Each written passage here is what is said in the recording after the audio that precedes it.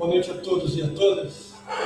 Nós estamos aqui nessa live, que é uma atividade das entidades da educação federal, ANDES, FASUBRA e SINASEF, debatendo um pouco a defesa da educação e o ataque aos sindicatos, em especial a medida provisória 873 do governo Bolsonaro, que a gente vai fazer o debate aqui, representando as entidades. Eu sou o Toninho, da direção nacional da FASUBRA. Prazer que está falando com todos os internautas. Boa noite a todos os internautas, os militantes da nossa base, a diretoria dos sindicatos, as centrais sindicais, a população de modo geral.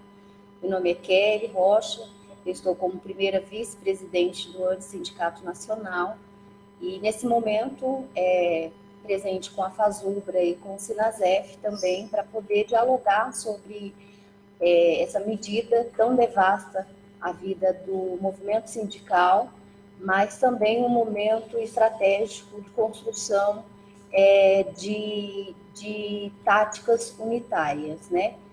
Para enfrentar essa medida, assim como os decretos e todo o avanço do conservadorismo desde o processo eleitoral. Enfim, companheirada, eu sou a Camila Marques, boa noite para todo mundo aí que está assistindo a gente. Eu sou coordenadora geral do SINASEF, estamos junto aí com duas entidades de luta extremamente importantes aí na educação federal.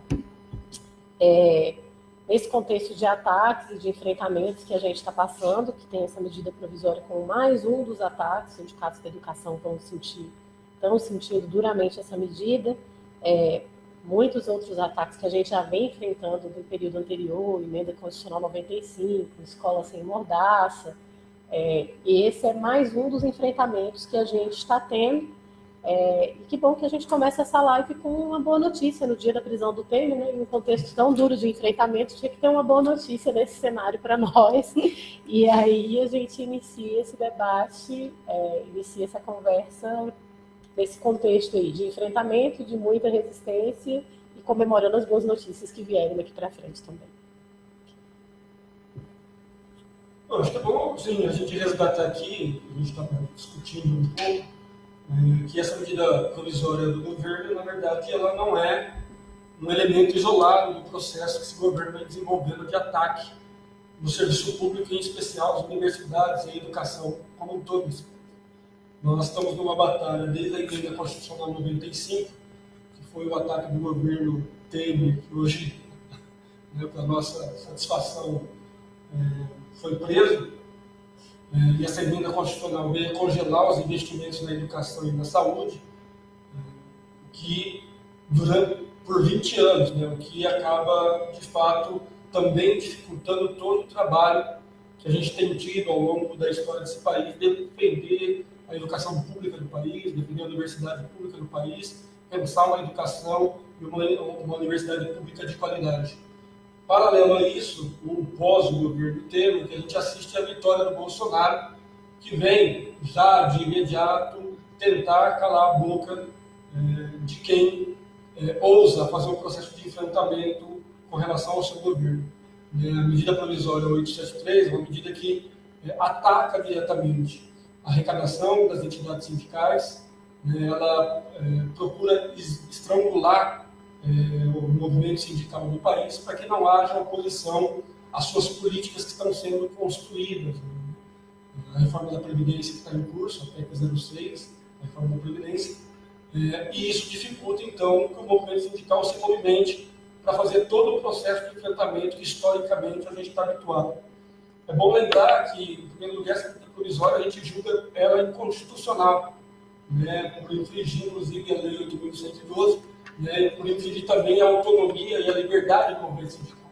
Nós não estamos discutindo aqui o imposto que é cobrado historicamente, desde a década de 30, como Getúlio Vargas, nós estamos discutindo a autonomia do sindicato de poder ter uma contribuição de seus associados que se filiam de forma espontânea ao movimento sindical e participam de forma espontânea nos espaços e nos órgãos deliberativos das entidades sindicais, que é a contribuição mensal que os associados fazem. Portanto, esse movimento que o Temer faz de estrangulamento não é, que o Temer não, que o Bolsonaro faz de estrangulamento, não é nenhuma novidade no mundo sindical. Isso já foi feito nos Estados Unidos, né, alguns anos atrás, já foi feito em outros países do mundo, e agora o Bolsonaro copia esse modelo para tentar justamente não ter oposição à sua política. A nossa saída é fazer esse debate com a nossa categoria, fazer esse debate com a nossa entidade de base e reafirmar aqui a nossa posição da necessidade de filiação ao sindicato e fortalecimento às entidades sindicais. A gente não pode se envergar diante de um ataque como esse, proposto por este governo que tenta, de qualquer forma, desmontar as nossas entidades sindicais que, historicamente, fazem luta no país. É importante, né, Toninho? Você já colocou aqui algumas questões que versam sobre a liberdade sindical. E eu queria chamar a atenção que essa liberdade ela está na autonomia do trabalhador manifestar-se a favor da sua livre iniciativa de associação, né? Então, isso é um golpe, sobretudo, sobre o exercício da cidadania que não se restringe única e exclusivamente ao direito de votar e de ser votado, né? Essa é uma perspectiva extremamente restrita da compreensão do que seja cidadania. E como desde o processo, né, aí de conciliação, do governo de conciliação de classes, a gente viu que os espaços deliberativos de participação, incluindo inclusive os conselhos, né, de representação, foram esvaziados de sentido e de significado, né, foram alterados na medida em que foram cooptados enquanto espaços governamentais, que o sindicato, assim como os movimentos sociais, são aquelas formas de organização popular, né, da classe trabalhadora para poder fazer valer aí um lastro maior de participação. E aí, como você também disse, né, esse ataque ele não vem único e exclusivamente com a medida 873, muito pelo contrário, né, é um conjunto de ataques que vem desde o processo do governo de conciliação de classes, que inclusive instituiu, né, a lei antiterror, que nos coloca de forma marginalizados na luta social, política, uma vez que criminaliza as formas de contestação, principalmente aquelas de rua, na medida em que nos impõe ali ter que solicitar autorização prévia para poder ocuparmos um espaço público. Também constitui parte desse ataque, né, recentemente, associado e casado com essa medida, o decreto 9.725, que exonera os cargos e funções, né, das instituições públicas federais, sobretudo aqueles cargos relacionados às coordenações pedagógicas de curso, né, transferindo a responsabilidade ou para a vontade voluntária dos departamentos dos institutos, sociais, né, dentro das universidades, ou para uma possibilidade de uma terceirização. A gente já sabe que a emenda constitucional congela os gastos por 20 anos, e ao congelar os gastos, né, na educação, sobretudo, por 20 anos, encerra o processo de concurso público nos cargos, né, de exoneração, de falência e de desvio de função, né? Então, esses cargos que ficam vagos, eles tendem a não ser ocupados com o congelamento aí da emenda constitucional 95, e agora com essa exoneração inviabiliza, inclusive, que os próprios cursos funcionem pedagogicamente, transferindo isso, quiçá para os técnicos, se isso for algo ainda muito positivo, né? Eu estou para dizer aí que numa prospecção muito similar àquilo que já foi colocado na UFRJ ali, de possibilidade de aproximação com os militares da reserva, que talvez seja este o campo que eles estejam nos reservando, né?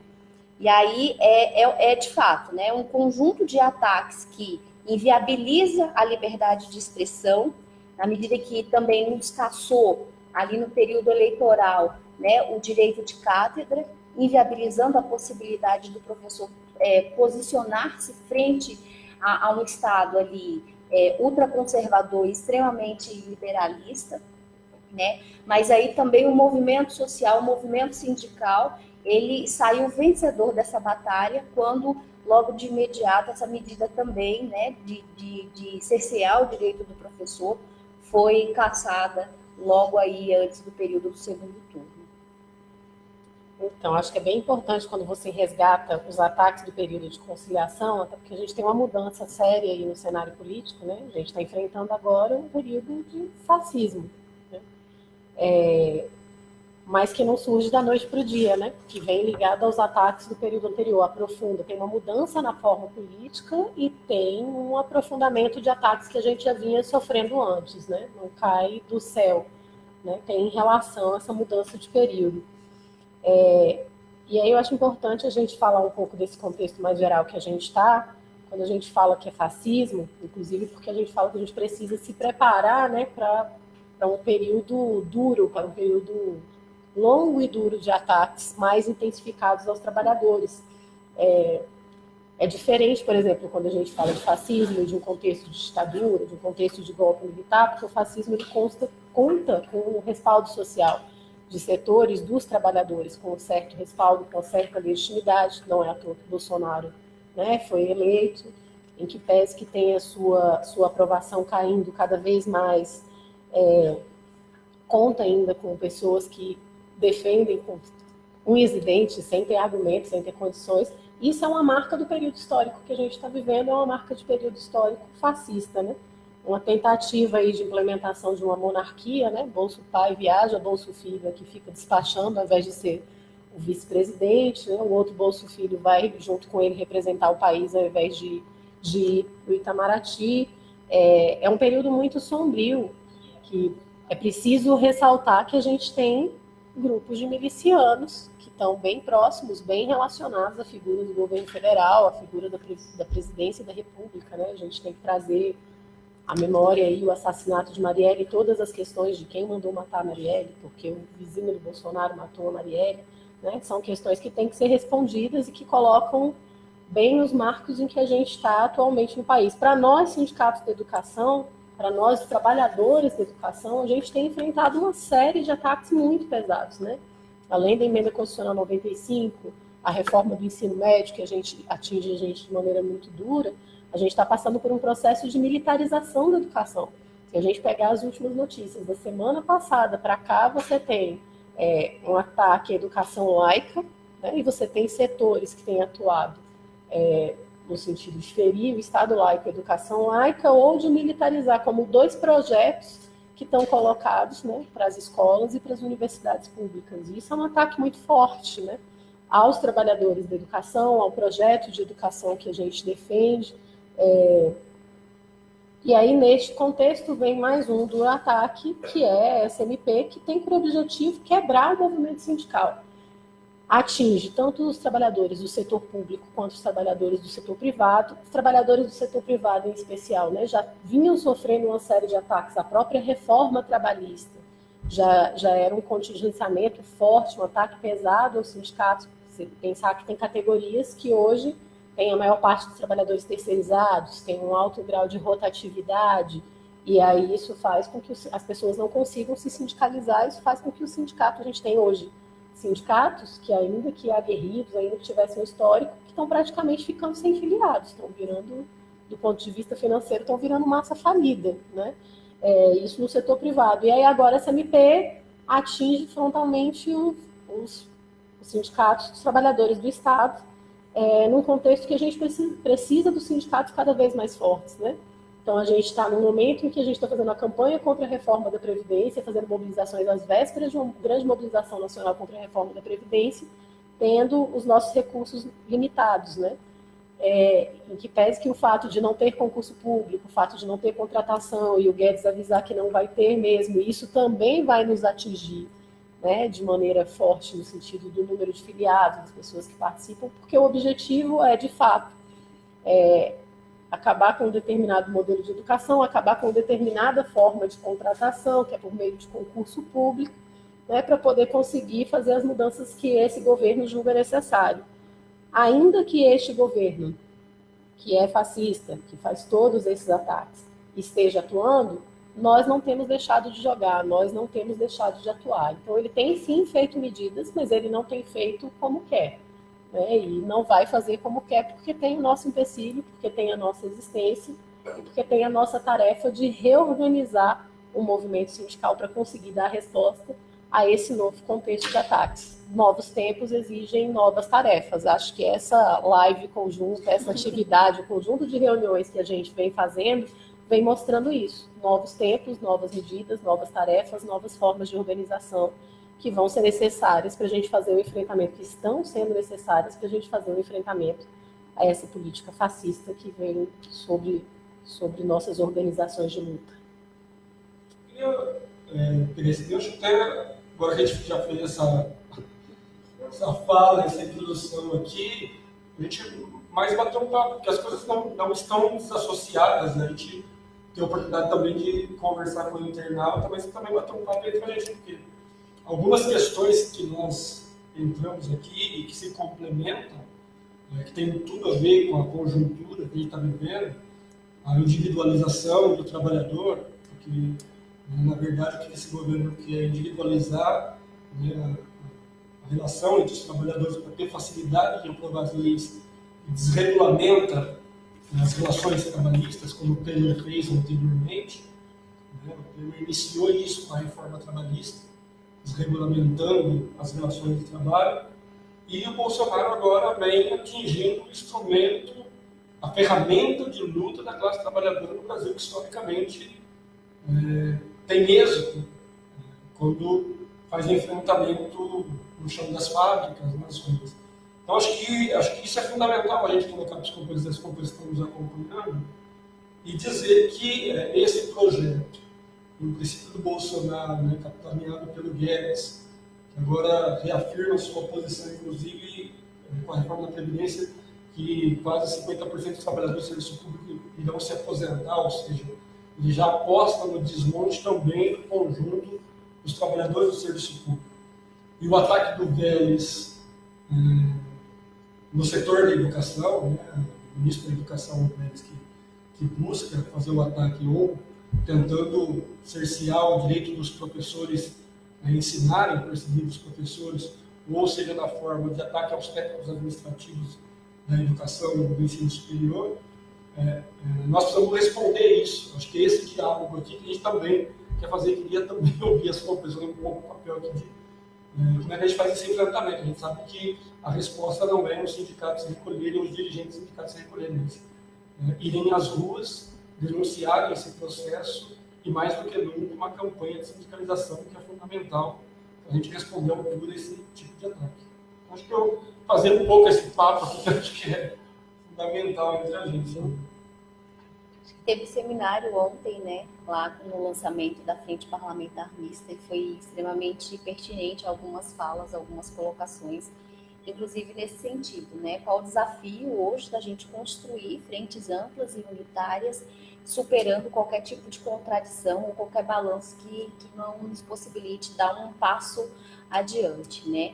O Fórum Sindical Popular e da Juventude pelas Liberdades Democráticas é uma dessas frentes unitárias que a gente tem construído, né? O Sinasef, a Zubra e o Fonasef, né? Eu ia falar o Sinasef, me desculpa, o Sinasef, né? O Fonasef, como fórum mais amplo, também participando desse processo de fortalecimento, de construção, ampliação, né? Dos momentos unitários da classe trabalhadora, vem evidenciando isso, né? São questões, assim, desafiadoras, né? Da gente pensar como que a reforma trabalhista ela passou, como ela passou instituindo e naturalizando o trabalho intermitente, né? Esse que faz com que o trabalhador ele se lance cada vez mais a postos de trabalho extremamente precarizadas e precariadas. A gente fala desse processo de uberização, né? Eu como feminista e analista, né, das relações de gênero, costumo dizer que se o Uber ele veio para precarizar agora, a partir de 2015, na América Latina, a gente tinha um processo muito anterior que pesava sobre as mulheres, que é a manicurização, né? A mulher que tinha que vender a sua força de trabalho nos salões de beleza, porque não tinha uma qualificação profissional para isso, e o salão cobrava 30% só para ela fazer o uso daquele espaço, né? E cada unha que ela quisesse, ela tinha que ter um desconto ali entre 15% e 30% também. O saldo quantitativo disso é que ficava 40% do valor agregado ao trabalho da mulher para ela. Né? A reforma da Previdência, ela vai sobrepesar, sobretudo, sobre essas relações de trabalho, consequentemente, sobre as mulheres. Né? Se a reforma trabalhista, ela colocava que haveria um salto qualitativo do emprego, que a gente soma hoje a quase 13 milhões de desempregados ou no trabalho informal. E como a gente pode pensar que uma reforma da Previdência, né, uma contra-reforma da Previdência como essa que está sendo apresentada, tão devastosa como possa significar o que quer que seja no combate ao privilégio. Será que é privilégio passar fome? Será que é privilégio não ter escola, creche para os seus filhos enquanto você procura um emprego? Será que é privilégio você não poder ter uma carteira de trabalho registrada e ao longo dos seus 65 anos, por não ter tido tempo suficiente de contribuição, não conseguir se aposentar e estar na linha de extrema pobreza e ter que se lançar a condição de beneficiário do benefício de prestação continuada, que é sujeitos que estão abaixo da linha da pobreza que se lançam nessa condição? Se isso é privilégio, né? Então a gente está falando de uma camada aí da classe trabalhadora que tem o privilégio de ser famélico, se é que sentir fome é algum tipo de privilégio, né? Então acho que isso, né? Tem um documentário que chama Da Servidão Moderna, né? Como é que é? Servidor consciente, uma coisa assim, né? Que seria a coisa do escravo que se lança à escravidão consciente desse processo. Quero chamar a atenção que processo de consciência é esse, se todas as possibilidades e capacidades de participação têm sido não ceifadas, né? Com perseguições, com criminalização. A gente precisa destacar lá os 23 presos, né, políticos no Rio de Janeiro, no processo de contestação, nas manifestações de 13 de julho. Né, um protagonista desse processo foi Rafael, que significa aí todo um processo de criminalização e perseguição da juventude negra e periférica também. Né? Então, assim, é uma série de ataques cotidianos que só tem como possibilidade a unidade da classe trabalhadora, né, o fortalecimento dos espaços de participação, e o sindicato, ele é um desses espaços, por isso que a gente está fazendo essa live hoje, inclusive para poder convidar, né, as nossas bases, os nossos sindicalizados, a fortalecer o sindicato, a comparecer nas assembleias, a participar das discussões, a atuarem efetivamente conosco, porque esse momento ele é decisivo nesse modelo de organização social. Então, eu vou pegar o gancho aí nesses vários elementos que a gente está colocando.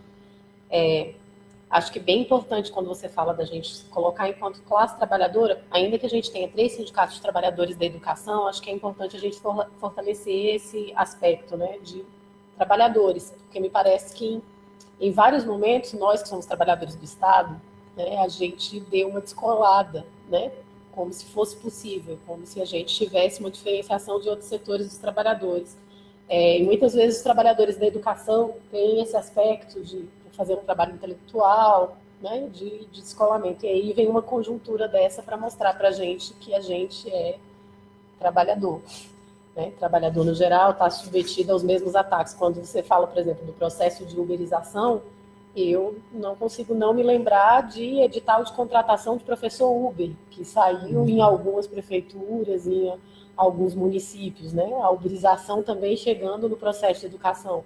E aí isso também vai entrar naquele aspecto que eu tinha levantado de qual modelo de educação que você quer. Uma educação simplesmente para poder preparar força de trabalho barata e mecanizada, né? Porque o professor que chega para dar aula, a professora que chega para dar aula, sem ter preparado a aula, chega 15 minutos antes, porque descobriu, ou professores contratados por edital, por pregão de menor preço, né? A mesma coisa com os técnicos administrativos, né? Todo o processo de terceirização já está colocado no serviço dos técnicos administrativos, que são fundamentais no processo de educação, no processo educativo, na concepção de educação que a gente tem. Então, essa precarização, eu estou falando isso porque, por vezes, eu ouvi colegas de trabalho falando, não, mas a reforma trabalhista não atinge a gente, não entendo por que o sindicato vem falar de reforma trabalhista. Eu cheguei a ver gestores do Instituto Federal falando que agora daria para contratar trabalhador terceirizado com jornada intermitente no Instituto Federal, fazer simplesmente a substituição porque ficaria mais barato e aí seria um jeito de economizar os custos para o Instituto. E aí, bom, o governo está olhando para a gente pensando da mesma maneira, né? A gente corta os trabalhadores estáveis para poder fazer uma economia. E o que essa dita economia implica? Implica na qualidade de educação, implica na nossa qualidade de vida, né? Implica no modelo de educação e no modelo de sociedade. Quando a gente fala de militarização da educação, da interferência de uma vertente religiosa sobre os processos educacionais, né, principalmente dos setores evangélicos, a bancada evangélica reivindicando o espaço dos setores educacionais, a gente está falando de um modelo de sociedade, uma sociedade militarizada, uma sociedade que não tem respeito à diversidade religiosa, e todos esses ataques, acho que por vezes falta a gente falar e se reconhecer enquanto trabalhadores, e falta a gente olhar para o outro polo dessa relação. Se tem trabalhadores de um lado, tem o capital do outro. Né? Então, tem grandes empresas atuando na Previdência, tem grandes empresas atuando para ganhar na educação, tem um crescimento do setor privado na educação. Não é coincidência esse desmonte da educação pública no modelo que a gente conhece, né? Para atuar como um grande negócio na educação. E o Estado atuando como essa esfera, nessa relação capital-trabalho, do lado do capital, não do lado dos trabalhadores, né? Não prestando o serviço que a gente precisava. E se você for isso, uma política bem nítida, né? Você faz um processo de congelamento de verbas na educação, você acaba com os concursos, você uberiza a educação e constrói um processo de entrega, né, do espaço para a iniciativa privada. E faz um ataque aos sindicatos, que é para você não ter nenhum processo de resistência permanente a isso, né? Porque quem de fato se opõe a esse projeto é a nossa luta, a luta, a organização dos trabalhadores, né? Então, esse ataque aos sindicatos eu não avalio que é o primeiro ataque deste governo, um grande ataque desse governo, como estava falando, a reforma trabalhista, o fato de não ter concurso, todas essas medidas já são ataques aos trabalhadores e à sua organização, ao movimento sindical. E aí agora vem essa medida provisória, que a ideia é fazer com que a gente se desorganize por completo, né? Que a gente perca as nossas finanças, em que pese que a gente tem feito, os 3 sindicatos, inclusive, a gente se reuniu para poder ver a série de medidas jurídicas, né, com relação a isso, entramos com as ações, tem vários resultados favoráveis, né, as ações, tem medidas políticas também com relação a isso, né, a nossa mobilização. A maior medida é, de fato, política, é conseguir trazer os trabalhadores, né, para fortalecer o sindicato, a gente pensar em outras formas de contribuição que não passem necessariamente pelo Estado, para que a gente consiga manter a nossa autonomia, e não é momento da gente falar, como ouvi, né, também de companheiros de militância, não é momento da gente falar, então a gente vai parar as nossas ações por conta de contenção de gastos. Não, agora é que a gente vai intensificar as nossas ações. Essa tem que ser a nossa resposta política. Tem que intensificar, mobilizar e unificar as nossas ações. Acho que essa é a proposta que a gente tem de enfrentamento para agora. O governo está chamando a gente para a briga, e a nossa resposta tem que ser, a gente está disposto a ir para a briga, sim, para poder defender os nossos direitos. Isso é fundamental. E aí, só para a gente também pensar como é que outras pessoas de outras categorias também podem fortalecer esse processo, né? Quando a gente fala dos diversos ataques à educação, né? O que a gente tem? A gente teve o ataque lá no final do ano da liberdade de cátedra, a gente tem a lei da mordaça, né? Que é a escola com um único partido, né?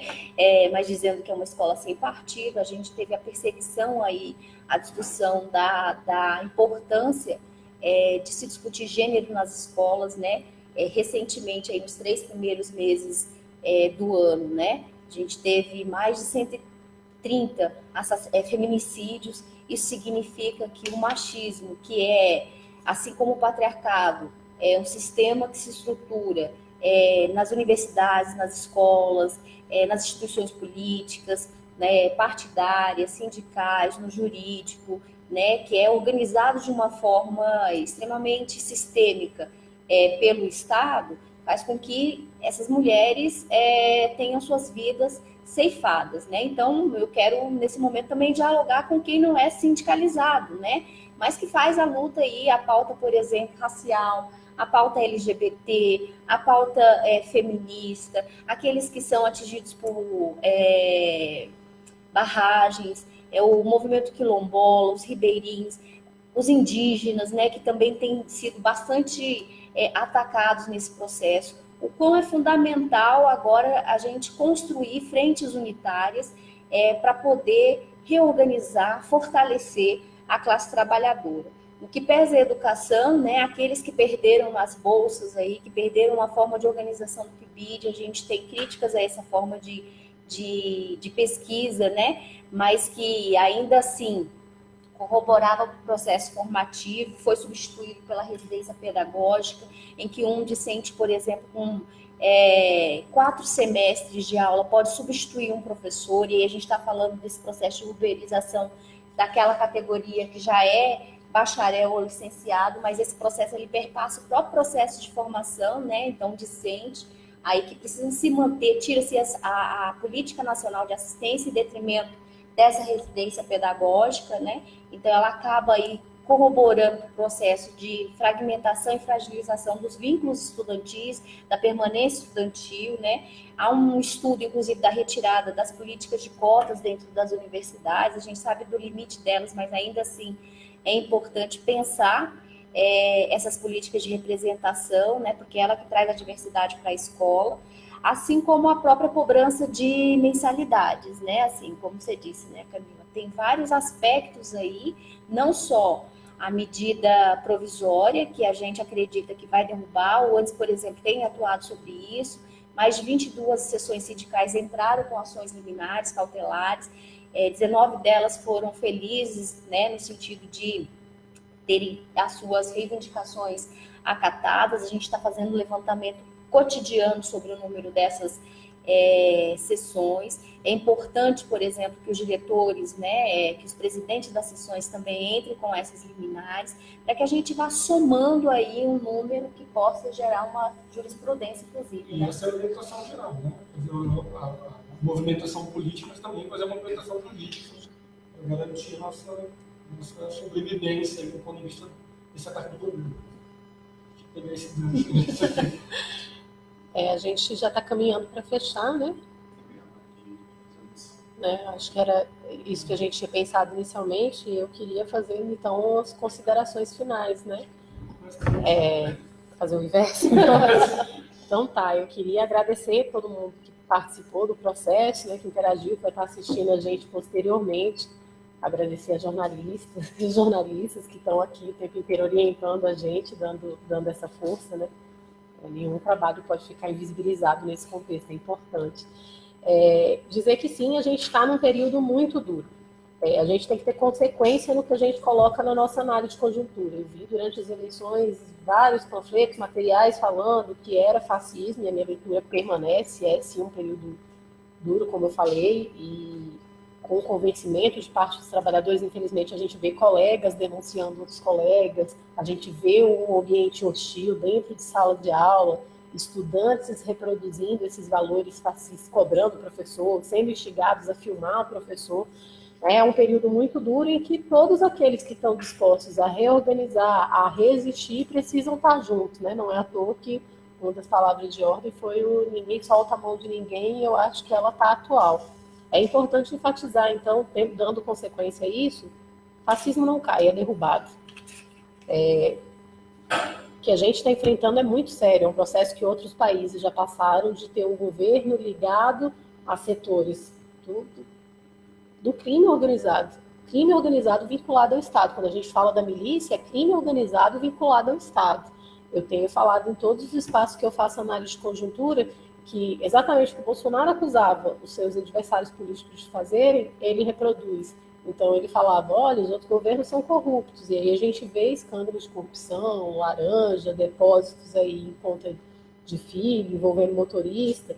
Ele falava, olha, os outros estão doutrinando, e aí a gente vê, por exemplo, o ministro da Educação falando para filmar os alunos cantando hino e falar logo do partido, né, nas escolas. Se isso não for doutrinação, eu não sei mais o que é.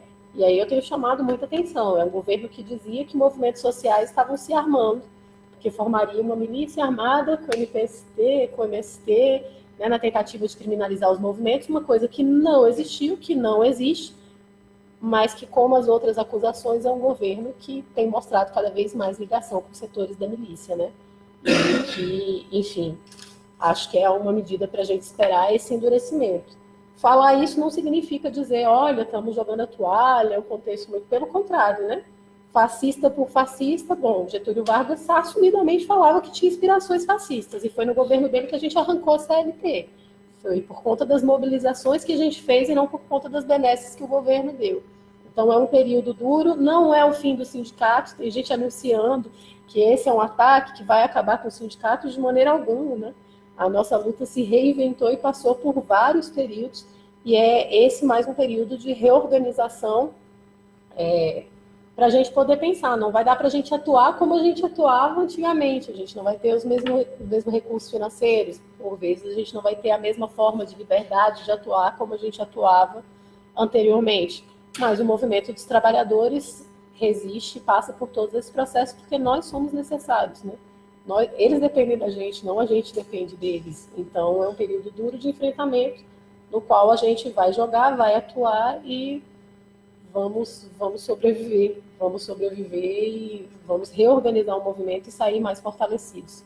Essa é que é a resposta, né? A nossa luta permanece, continua, os sindicatos também, e a gente vai sair fortalecidos com as necessidades de reorganização desse processo. Esse é o desafio, como reorganizar para a gente conseguir atuar e conseguir os nossos direitos. É isso. Vou pegar um gancho e perguntar para você e demais. A importância do dia de amanhã, né? 22, mobilização deve colocar no país inteiro. Se pudesse comentar um pouco sobre a importância de amanhã. Tá, então, para eu ir fechando mesmo, eu tenho visto diferentes formas de mobilização no país inteiro, né?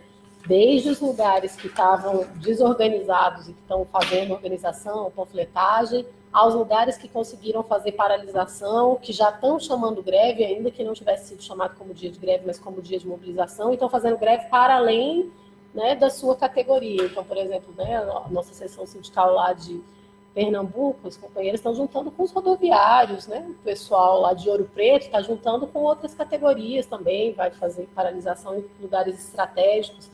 Então é isso, o movimento está numa retomada e é um momento fundamental. Se o governo pensava que ia aprovar a reforma da Previdência de maneira muito tranquila, ele se enganou. E se ele achava que ao retirar os recursos do sindicato a gente não ia ter resposta, ele também se enganou, né? Acho que amanhã é uma prova disso, e todas as ações que a gente vem fazendo para chegar no dia 22 é uma mostra. E amanhã é o primeiro dia, é uma batalha da dura guerra que a gente está enfrentando. Então, nas minhas considerações, eu queria solicitar, né, as nossas bases, os nossos companheiros e companheiras, né, que buscasse se informar por meio dos mecanismos e instrumentos, né, que os nossos sindicatos têm, para poder também não comprarem o engodo da fake news, né? Esse governo ele foi eleito à base do fake news, funcionou muito bem em meios de comunicação como Instagram, como WhatsApp, como Facebook e outras mídias que ele utilizou. E agora a gente também está nos apropriando também desse espaço, né? Essa live ela é um pouco desse rebatimento, né? De dizer que a gente sabe utilizar e sabe utilizar com uma ética outra que não essa que foi colocada aí de forma tão oportunista. E aí também dizer que o que faz o parlamentar temer, né, é o medo das massas e as massas na rua. E é importante que a gente volte a ocupar as ruas, porque a rua é nossa, a rua é o espaço público, a rua é o espaço de participação, de divertimento, do lúdico, mas também é o espaço político, né? E foi sempre na rua que a gente conseguiu alcançar, garantir e alavancar os nossos direitos. E aí a gente precisa também distinguir o que é direito de privilégio, né? A classe trabalhadora, infelizmente, não tem privilégios, né? Os poucos e parcos direitos que tem foram conquistados a duras penas, né? A sangue, a suor e a muita militância, né? Então é importante que a gente possa parar de compreender, né, que os direitos, como, por exemplo, ao FGTS, a uma aposentadoria, tenha sido nos dado, né, porque a contribuição ela é mensal, ela é retirada dos nossos salários, né, a gente paga imposto de renda, a gente paga FGTS, né, uma grande maioria da classe trabalhadora, e aqueles que não pagam isso de forma direta, pagam isso de forma indireta, sobretudo através dos impostos aí das mercadorias que são circuladas. Então, não é um privilégio, é um direito da classe trabalhadora, assim como é um direito da classe trabalhadora livre associamento em sindicatos e a manutenção do sindicato com formas de financiamento consignados, né? Se os boletos elas são uma possibilidade, que os sindicatos tenham autonomia e liberdade de fazerem essa opção, mas que não seja uma obrigação dirigida por uma medida extremamente autoritária e monocrática, né? Assim como Camila, quero reforçar que amanhã é o dia de luta, é o dia de estarmos na rua, de reivindicar aí melhores condições de vida, de trabalho, sobretudo o direito de aposentar, né? Imaginem vocês aí, daqui 30 anos, 40 anos, não tendo as mesmas capacidades físicas, intelectuais e motoras, e não recebendo aí o mínimo que lhes são de direito em termos de aposentadoria. Aqui em Brasília acontece o ato às 17 horas, na Praça Zumbi de Palmares. Quem estiver por aqui, que possa participar, né? Então, quero agradecer os companheiros que estão aqui hoje, né? E que a gente tem construído essa frente unitária, agradecer aos jornalistas também que estão aqui conosco, né? E a vocês que têm se disposto também a nos escutar e a dialogar conosco, né? Eu ainda sou bem recente, embora seja da década de 80, eu não domino as mídias, não sei nem o que significava uma live, passei o dia inteiro tentando entender como é que era isso, né? Pedindo auxílio, inclusive, para o rapaz da parte da informática aqui do antes me ajudar a colocar de novo um acessório no celular de despertador, porque nem isso eu sei colocar, né? Então, assim, sou uma pessoa bem ultrapassada assim, em tecnologias, mas também estou disposta, enquanto classe trabalhadora, a reaprender. Seguimos juntos na luta e venceremos. Bom, nas considerações finais, começando pelo dia 22, eu acredito que o dia 22 vai ser uma sinalização para o governo Bolsonaro que nós não estamos apáticos aos seus ataques. Acho que é fundamental colocar isso, porque a exemplo que as mulheres fizeram no ano passado com ele não, a exemplo que as mulheres fizeram iniciando esse ano com 8 de março, né? Agora é a vez das centrais. Com 14 e o 14 de março também. Agora é a vez das centrais e as entidades nacionais e todas as entidades do movimento sindical, do movimento social, fazer o seu processo de retomada das ruas. Né? Mostrar para o Bolsonaro que se ele vai tentar aprovar, não vai ser com a nossa apatia. Então, primeiro fazer de novo esse chamado a todos os companheiros para estar presente no dia 22 nas ruas, em todos os estados do país. Né? Nós estamos aqui em Brasília, mas em todos os estados a gente poder estar acompanhando isso e estar dizendo mais uma vez não ao Bolsonaro.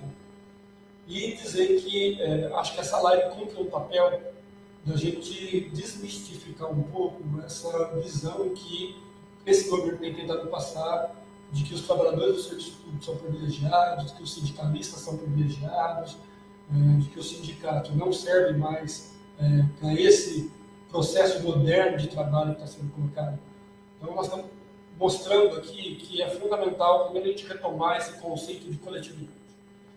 Acho que esse conceito de coletividade entre os trabalhadores, entre a classe trabalhadora, nós estamos discutindo aqui a disputa de classe, de um projeto de um governo que tenta retirar cada vez mais os nossos direitos, né, e tenta fechar o regime. Eu ainda não sou daqueles que acham que nós já estamos num clima de fascismo, mas acho que o regime está se fechando dentro desse processo, desse governo, e que está caminhando, evidentemente, para esse modelo. E nós precisamos responder que existem outros modelos pelo mundo que a gente pode copiar, que a gente pode criar aqui no Brasil. Então, esse processo de enfrentamento é fundamental. E o sindicato moderno tem que estar atento a isso.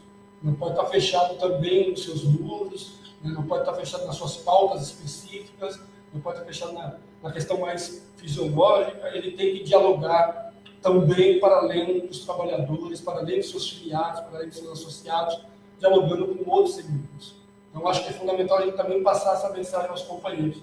Precisamos fortalecer essa ferramenta, precisamos dialogar com aqueles que são próximos à nossa luta e que defendem as mesmas bandeiras. Da mesma forma que nós precisamos dialogar com aqueles que se utilizam do serviço público da educação pública do país. É óbvio que os trabalhadores da educação pública do país têm que defender a educação pública do serviço público, mas os usuários do serviço público têm que ser os primeiros a estarem na linha de frente com a gente defendendo o serviço público. É uma mudança de modelo, né, como já foi dito aqui pela Camila, né, uma mudança de paradigma desse governo com relação à educação, com relação ao serviço público, até porque é o ataque ao Estado, é o desmonte do Estado. E nós precisamos, mais do que nunca, dizer que é fundamental ter um Estado que atenda às necessidades de uma camada da sociedade desse país que é esquecida pelos governos anteriores e fundamentalmente por esse governo, que quer transformar tudo em capital, que quer entregar a saúde, a educação e todos os setores públicos do país para o capital, para o mercado, para os bancos, como é a proposta da reforma da Previdência. Então, agradecer, né, antes pelo espaço aqui, pela atividade que a gente fez, mas dizer que a gente tem buscado a unidade desses segmentos e de todo o serviço público do país. Nós queremos responder ao Bolsonaro com a unidade da classe trabalhadora. Dizer que nós não vamos, de fato, deixar ninguém para trás, ninguém largar a mão de ninguém para fazer esse processo de enfrentamento aos ataques desse governo, que com certeza não para com as primeiras reformas aqui apresentadas. Porque, pelo que pareça, nós estamos em pouco mais de 3 meses de governo, mas parece que já tem mais de 2 anos de governo. Então, nesse primeiro 3 meses, nós estamos com muita disposição de enfrentamento. Nós da Fazenda, eu acho que todos os companheiros das demais entidades aqui que compõem o FONASEF, que compõem esse espaço da educação pública superior. Muito obrigado pela oportunidade. Estamos juntos na luta. A gente se reencontra nas ruas amanhã. Dia 22.